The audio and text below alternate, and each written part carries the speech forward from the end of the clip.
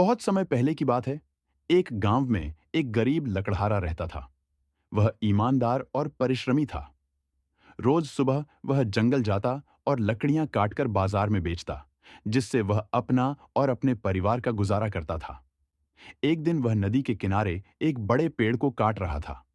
अचानक कुल्हाड़ी उसके हाथ से फिसल गई और नदी में गिर गई। नदी गहरी थी और लकड़हारे को अपनी कुल्हाड़ी खो जाने का बहुत दुख हुआ। वह नदी के किनारे बैठकर रोने लगा।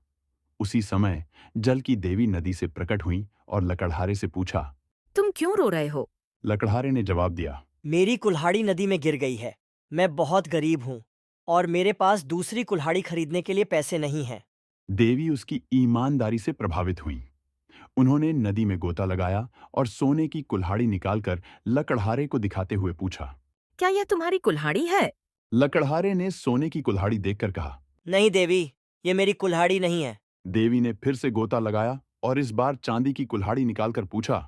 क्या यह तुम्हारी कुल्हाड़ी है? लकड़हारे ने फिर मना कर दिया। नहीं देवी, यह भी मेरी कुल्हाड़ी नहीं है। अंत में देवी ने तीसरी बार गोता लगाया और लकड़हारे की असली लोहे की कुल्हाड़ी निकालकर पूछा। क्या यह तुम्हारी कुल्हाड़ी है? लकड़हारे ने खुश होकर कहा। हाँ, यही मेरी कुल्हाड़ी है। देवी उसकी ईमानदारी से बहुत प्रसन्न हुई और इनाम के रूप में तीनों कुल्हाड़ियां सोने, चांदी और लोहे की उसे दे दी। लकड़हारे ने देवी को धन्यवाद दिया और खुशी खुशी घर लौट आया।